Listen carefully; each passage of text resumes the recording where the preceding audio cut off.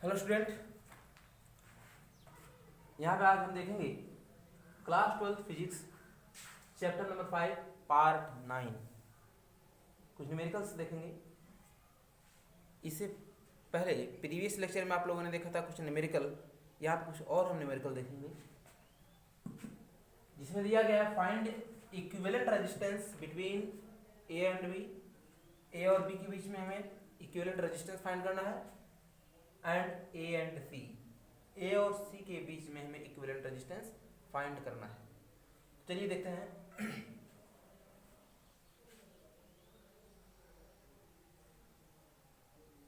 तो ए और बी के बीच में निकालना है। तो सबसे पहले आप देखेंगे 2 ओम और 1 ओम, ये आपस में क्या है। अगर ए और बी के बीच निकालना है तो इसके अक्रॉस अगर हम वोल्टेज की सप्लाई करें, कनेक्ट करेंगे इस प्रकार से, अर्थात ए से जब करंट चलेगा यहाँ जाएगा, यहाँ जाएगा और यहाँ जाएगा, तो इसके रास्ते में जब करंट जाएगा यहाँ से, अगर इसको हम ए और बी को वोल्टेज से कनेक्ट कर देंगे तो इमेजिनरी, हालांकि यहाँ वोल्टेज नहीं दिया गया है, लेकिन आप सपोज करेंगे जिस भी पॉइंट के बीच में इक्विवेलेंट रेजिस्टेंस पूछ रहा है उस पॉइंट को हम एक इमेजिनरी बैटरी सपोज कर लेंगे। अगर यहाँ से हम इसको सपोज करते हैं, बैटरी से कनेक्ट करेंगे, इधर प्लस टर्मिनल इधर माइनस टर्मिनल सपोज कर लेते हैं, तो उसी को मान हम चलेंगे। तो यहाँ से प्लस टर्मिनल से करंट निकलेगा, एक सिरा, दूसरा और तीसरा, 3 भागों में बढ़ जाएगा। इतना कंफर्म है, ये और ये और ये आपस में क्या होंगे, पैरेलल कॉम्बिनेशन में होंगे। लेकिन सबसे पहले इसको हम निकाल लें स्टेप बाय स्टेप। तो 2 ओम और 1 ओम, यहां से करंट इतने रास्ते से होते जाएगा, ये वाला क्या होगा, सीरीज में होगा, और जो भी इसका आएगा इसके साथ में क्या होगा, पैरेलल होगा। तो सबसे पहले चलिए 2 और ओम यहां लिखेंगे। 2 ohm and 1 ohm are in series. Series combination में है तो डायरेक्टली ऐड हो जाएगा। इसका हम equivalent resistance R dash suppose कर रहे हैं, आर डैश इक्वल टू हो जाएगा R1 प्लस R2, यानी कि 2 प्लस 1 इक्वल टू 3 ओम। चलिए अब जो इसका 3 ओम आया यहां से, ये इसके साथ क्या हो जाएगा, पैरेलल में, यानी कि ये वाला R dash and 3 ohm are in parallel.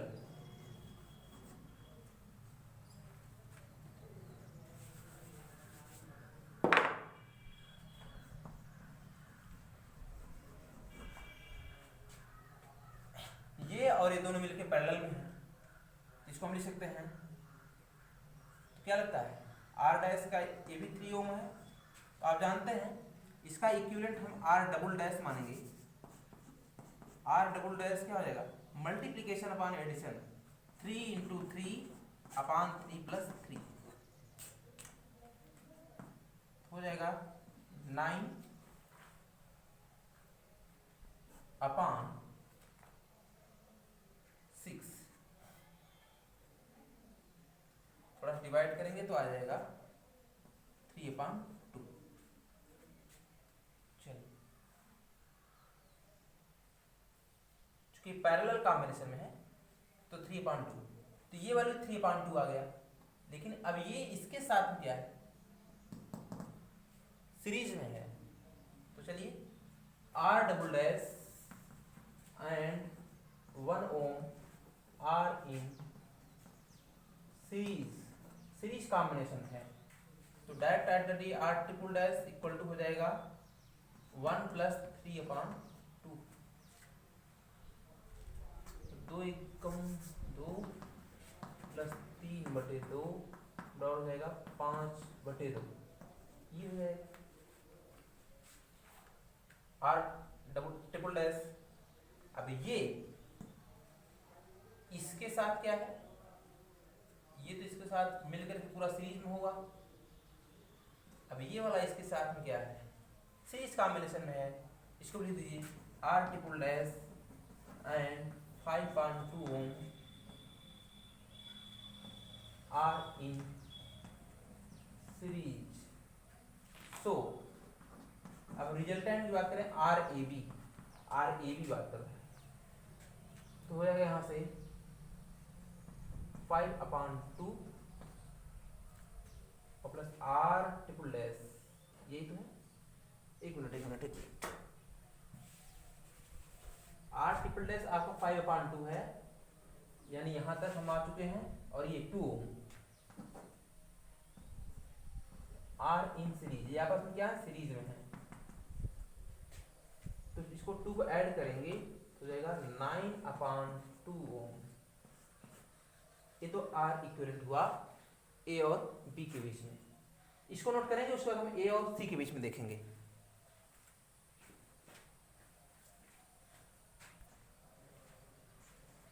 यहां पर आप लोग देखेंगे थोड़ा सा मिस्टेक हो गया है।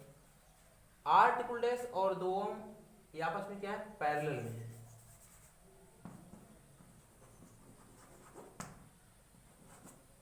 आप देखेंगे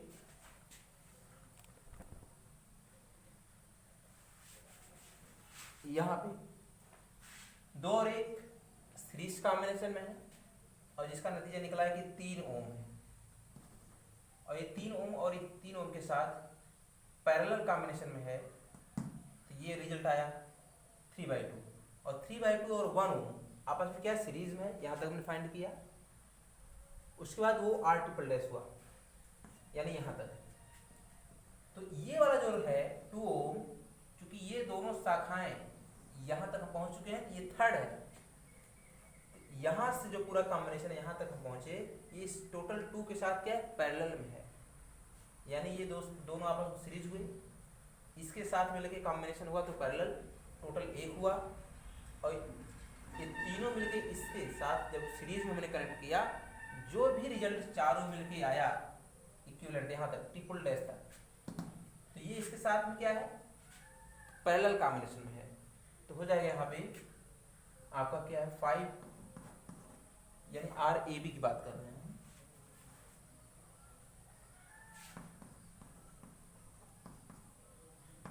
five upon 2 multiplication upon addition, 5/2 और 2 एडिशन करेंगे तो 5/2 प्लस 2, 2 से कैंसिल हो जाएगा, और ये हो जाएगा 5 यहाँ से अपॉन 1 बचेगा, और नीचे क्या हो जाएगा, इसको ऐड करेंगे तो 9/2, ये तो इसके साथ हो जाएगा और ये इसके, यानी हो जाएगा 10/9, 10/9 ओम। ये तो रहा रेजिस्टेंस। आप इसको डिवाइड करके निकाल सकते हैं। अगला जो हम निकालने वाले हैं ए और सी के बीच में, तो तब तक आप इसको नोट करेंगे, इसके बाद हम फिर इसको देखते हैं।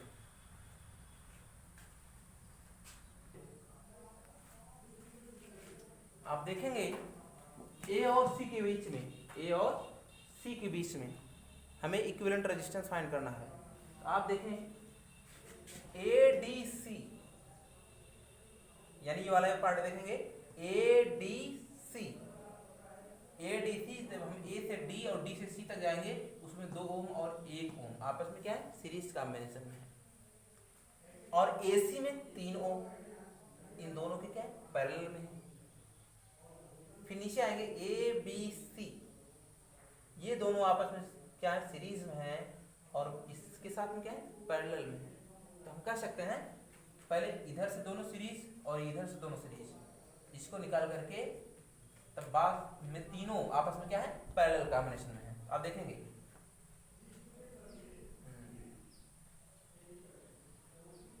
चलिए डायग्राम से ही लेते हैं। 2 और 1 मिलके 3 ओम हो जाएगा,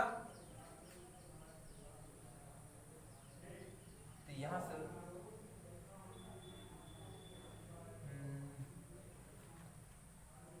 3 ओम और 3 ओम, 3 ओम, यानी ये मिलके क्या होगा 3 ओम, इधर से मिलके 3 ओम, और ये दोनों आपस में सीरीज में है, ये भी क्या है 3 ohm and 3 ohm, are in parallel, R in parallel, ये पैरेलल कॉम्बिनेशन में है। आप देख लीजिए, हमने यही टर्म सब कर दिया है। ये दोनों सीरीज में होंगे तो 2 1 3, नीचे देखिए 2 1 3 ये भी सीरीज में है, क्योंकि करंट जब यहाँ से स्टार्ट करेगा ए से, इन दोनों से होके जाएगा, यानी ये 2 और 1 सीरीज में होने के नाते 3 ओम ऐड हो गए। फिर जब यहाँ पहुंचेगा, ये 3 ओम इन दोनों के साथ पैरेलल में है। जब हम यहाँ पहुंचेंगे, करंट यहाँ से होते हुए जब यहाँ से होते हुए आएगा, तो आप देखेंगे 1 और 2 ओम भी क्या है, आपस में सीरीज में है, और साथ साथ 3 ओम के पैरेलल में है। यानी ऊपर ये वाला दोनों और बीच में 3 ओम और ये दोनों मिलकर आपस में पैरेलल में है। तो वही हमने लिखा है 3 ओम और दोनों सीरीज मिला के 3 ओम आपस में क्या है, सब पैरेलल कॉम्बिनेशन में है।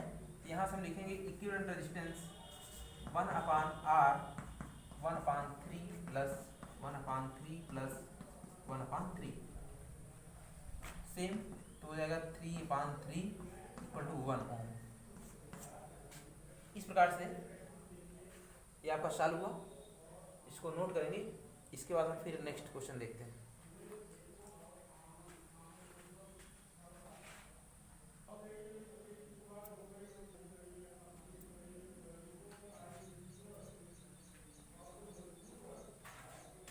अगला क्वेश्चन देखेंगे, find equivalent resistance between A and B. A और बी के बीच में हमें इक्विवेलेंट रेजिस्टेंस फाइंड करना है। आप ध्यान से देखेंगे, इसमें वायर कनेक्शन है, और जब भी किसी वायर में कोई भी बल्ब या किसी प्रकार का रेजिस्टेंस या किसी प्रकार का इंस्ट्रूमेंट कनेक्ट न हो, यानी हम कह सकते हैं, यानी इसका कुछ भी इसमें रेजिस्टेंस न हो, उस स्थिति में उसके किसी भी पॉइंट पर पोटेंशियल डिफरेंस नहीं होता है, यानी इक्वल पोटेंशियल डिफरेंस होता है। जैसे सपोज करें ए और बी के बीच में हमें इक्विवेलेंट रेजिस्टेंस फाइंड करना है, तो ए और बी को हमें एक इमेजिनरी बैटरी से कनेक्शन मान सकते हैं। ये वोल्टेज, तो यहां से करंट जब इसमें जाएगा, यानी ये क्या है आपका V वोल्टेज पे हम सपोज करेंगे, और ये क्या है, ये 0 वोल्टेज पे। क्योंकि इसमें कोई रेजिस्टेंस नहीं है, और इसमें देखिए इसमें रेजिस्टेंस है, इसमें कोई रेजिस्टेंस नहीं है, अर्थात इसके क्रॉस कोई वोल्टेज ड्रॉप नहीं होगा। और जो वोल्टेज ड्रॉप नहीं होगा, इसका मतलब है इसके एवरी पॉइंट, प्रत्येक बिंदु पर पोटेंशियल सेम होगा। इतना आप जानते रहिए। अगर यही वायर न होता, ये वाला वायर न होता नीचे से, और ऊपर ये वाला वायर न होता, तो हम कहते 2R ये आपस में सीरीज कॉम्बिनेशन में, और सीरीज कॉम्बिनेशन में हम डायरेक्टली ऐड कर देते। लेकिन यहाँ हमें समझने वाली बात है, कौन सीरीज में कौन पैरेलल है, थोड़ा सा असमंजस की स्थिति है। तो इसको हम थोड़ा देखेंगे, इसका सिंपल फॉर्म डायग्राम बनाएंगे और देखेंगे किस रूप में है। तो पहले यहाँ समझने वाली बात यह है, आप जबकि हमने आपको बताया था प्रीवियस लेक्चर में, कैपेसिटर वाले चैप्टर में कुछ इसी टाइप का ही सवाल था, उसमें भी यही था वायर कनेक्शन। तो जब भी ये वायर कनेक्शन दिया गया हो, अगर उसमें किसी प्रकार का रेजिस्टेंस इत्यादि न हो, तो हम समझेंगे इसके प्रत्येक बिंदु पर पोटेंशियल क्या होगा, वह इक्वल होगा। तो ये आपका V है, ये टर्मिनल V वोल्टेज से कनेक्ट है, इसका मतलब यहाँ से यहाँ तक ये भी V वोल्टेज पे होगा। चलिए, ये भी आपका V पे है, D।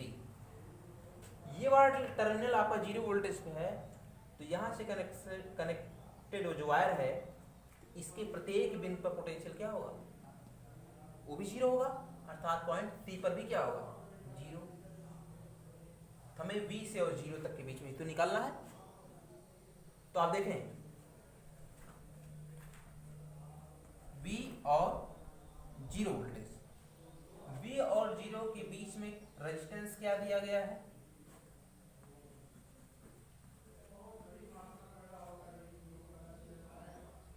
2R दिया है। उसके बाद यहाँ देखिए V और 0 के बीच में क्या दिया है, 2R, यानी इसको हम कर सकते हैं ऐसे,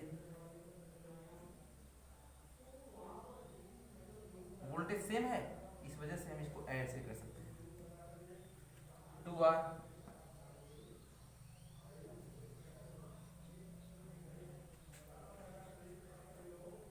यहां से V और 0 के बीच में 2R है,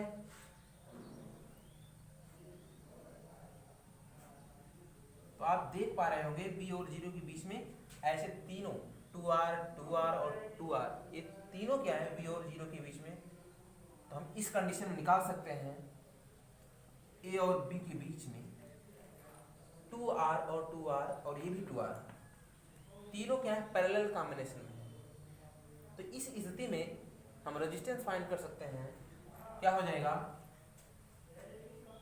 1/R equivalent equal to 1/2R plus 1/2R plus 1/2R, ये हो जाएगा 3/2R।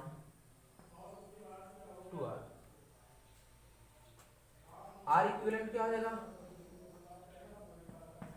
2R ऊपर चला जाएगा और नीचे। तो इस प्रकार से आपका ये क्वेश्चन हुआ, इसको नोट करेंगे, यहां तक आप नोट करें।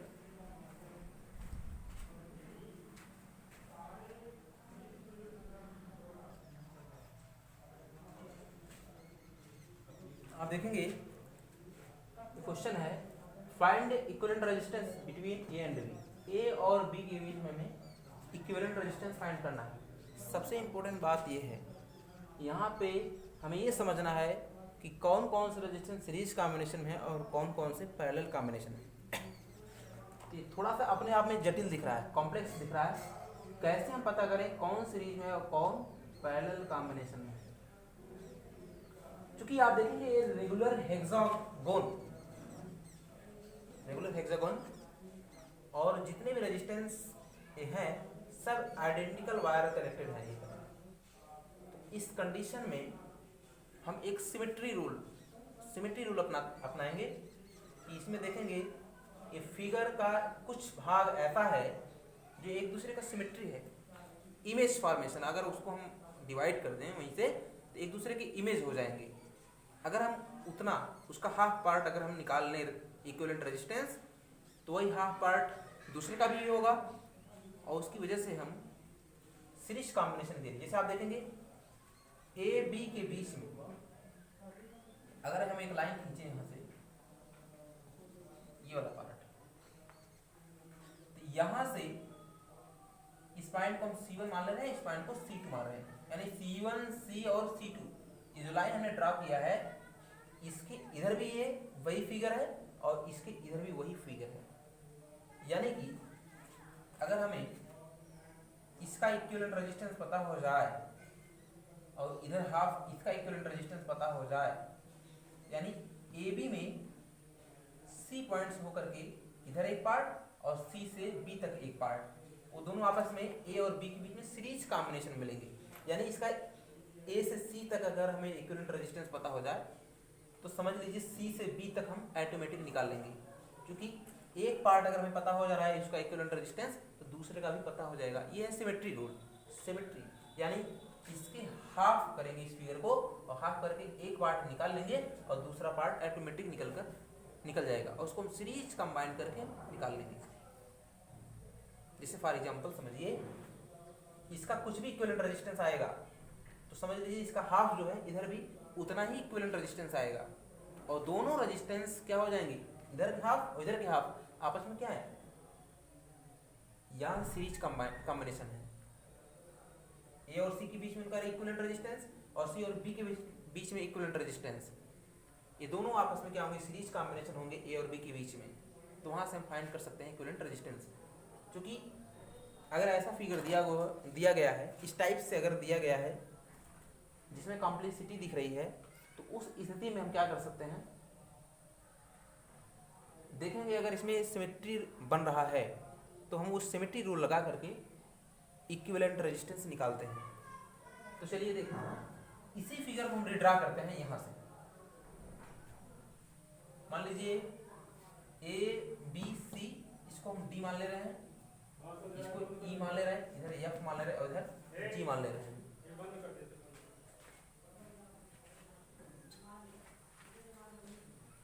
तो चलिए इसका हम जो है सिमेट्री रूल अपना करके यहां से इसके हाफ यानी ए से सी की C1 C और C2 इधर का फिगर रीड्रा करते हैं फॉर द इजीएस्ट कॉन्सेप्ट, सरल बनाने के लिए।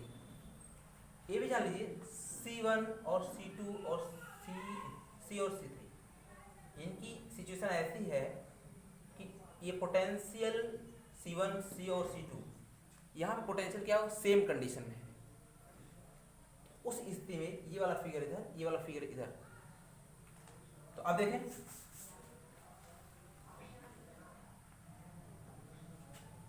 ए से कनेक्टेड है आर, आर और आर, ये तीनों क्या आपस में पैरेलल हैं।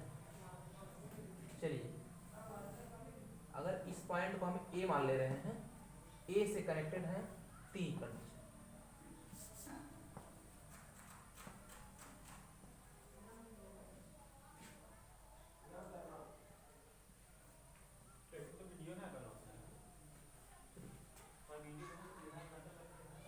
इस पॉइंट को अगर हम सी मान लें, सी तक जाना है, चलिए हम सी पहुंच गए और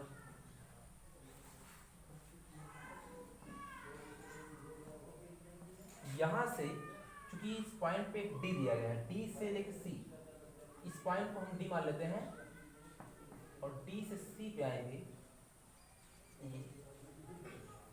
उसी प्रकार ए से एफ तक आर है, ए से लेके हम एफ यहाँ पे कोई सपोज करेंगे और उसके बाद यहाँ से लेकर के ये कंडीशन जो आपको बनेगा सी पे। डी से लेके C1, डी से लेके C1 हम जाएंगे, इसको हमने हाफ कर दिया है। हाफ करने का मतलब ये है कि R/2 इधर हो जाएगा, R/2 इधर हो जाएगा। उसी प्रकार C2 कंडीशन में आप देखेंगे इधर का रेजिस्टेंस R/2 और इधर का भी रेजिस्टेंस क्या हो जाएगा R/2, क्योंकि जो हमने हाफ कर दिया इसको। उसी प्रकार ये हो जाएगा R/2, कहां जाना है C1 पे जाना है। उसी प्रकार F से हम चलेंगे, F से C2, F से C2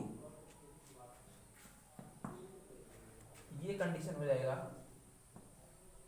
C2। इसको हमने क्या C1 C और C2 को किसी एक लाइन से ज्वाइन किया है डॉट डॉट करते हुए, ये कंडीशन हो जाएगा। तो इसको हम क्या करेंगे, सिमेट्री रूल के माध्यम से हमने इसको सेपरेट कर दिया। अब इसको हम क्या करेंगे, इक्विवेलेंट रेजिस्टेंस का फाइंड करेंगे। आप देखेंगे ये भी R है, ये भी R है और ये भी R है, ये R/2 है। तो आप देखेंगे R/2 और R आपस में क्या है पैरेलल कॉम्बिनेशन में है और इसके साथ में क्या है सीरीज कॉम्बिनेशन में है। चलिए ये फिगर हो जाएगा R/2 and R in parallel, parallel combination में है। हम लिख सकते हैं R इक्विवेलेंट। R इक्विवेलेंट क्या हो जाएगा multiplication upon addition, R/2 into R upon R/2 plus R। इसको हम लिख सकते हैं R²/2 और इसको लिख सकते हैं 2R यानी 3/2R। तो आप देखेंगे इसको सॉल्व करेंगे हो जाएगा R² अपॉन 6, एक मिनट 2R हो जाएगा और यहाँ पे 6R, तो 2 से कैंसिल हो जाएगा 3 और एक R से R कैंसिल, R/3 आ जाएगा R इक्विवेलेंट। और ये R इक्विवेलेंट इस R के साथ क्या है पैरेलल में है, सीरीज में है। हम लिखेंगे R and R/3, R in series, series combination में है। यहां से क्या हो जाएगा डायरेक्टली ऐड हो जाएगा R प्लस R/3 तो जाएगा 3R प्लस R यानी 4R/3। ये तो R इक्विवेलेंट हो गया। आप देखेंगे जस्ट लाइक सेम कंडीशन यहां पर भी है R/2 और R, R/2 R, इसका पैरेलल कॉम्बिनेशन हमने निकाला था क्या R/3। तो इसका भी पैरेलल कॉम्बिनेशन R/3 और इसके साथ R सीरीज में है, तो यानी कहने का मतलब 4R/3 4R/3 ये बना, तो ये भी क्या बनेगा तीनों मिलकर के 4R/3। सर्किट रीड्रा करेंगे हम फिर इसी के नीचे हो जाएगा, ये तीनों मिलके एक बन गए, ये तो बीच में C तक है ही, और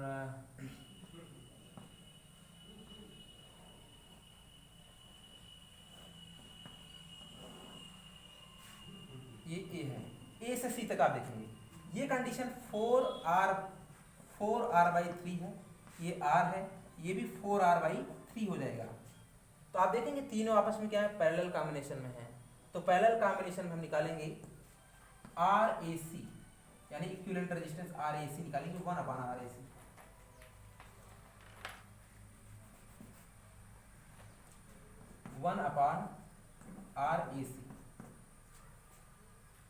इसका 1 करेंगे 4/4R/3, तो 3 ऊपर चला जाएगा तो हो जाएगा 3/4R। उसी प्रकार इसका भी हम करेंगे 1/R, इसका करेंगे तो 4R/3, तो यानी 3 ऊपर चला जाएगा 3/4R। एलसीएम आपका 4R होगा, चलिए यहाँ पे 3 हो जाएगा, यहाँ पे R से डिवाइड करेंगे यानी 4 हो जाएगा, और यहाँ पे 3, तो हो जाएगा 10/4R। तो RAC बराबर क्या हो जाएगा, एक प्रकार से RAC जो हो जाएगा 4R/10 डिवाइड करेंगे तो 0.4R हो जाएगा। इस प्रकार से यहां पे RAC का वैल्यू कितना आया, A से लेके C तक 0.4R। आप ध्यान देखेंगे जब इसका हमने हाफ निकाला सिमेट्री के माध्यम से A से लेके C तक, तो क्या लगता है C से लेके B तक इसका सिमेट्री वही है, सेम कंडीशन है और भी सीरीज कॉम्बिनेशन में है। तो इसका मतलब हम कह सकते हैं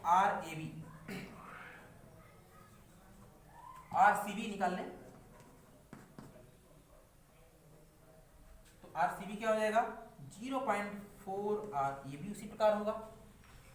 अब अभी हमने बताया AC के बीच में जो आया है 0.4R और CB के बीच में जो आया है 0.4R, वो आपस में क्या सीरीज में है।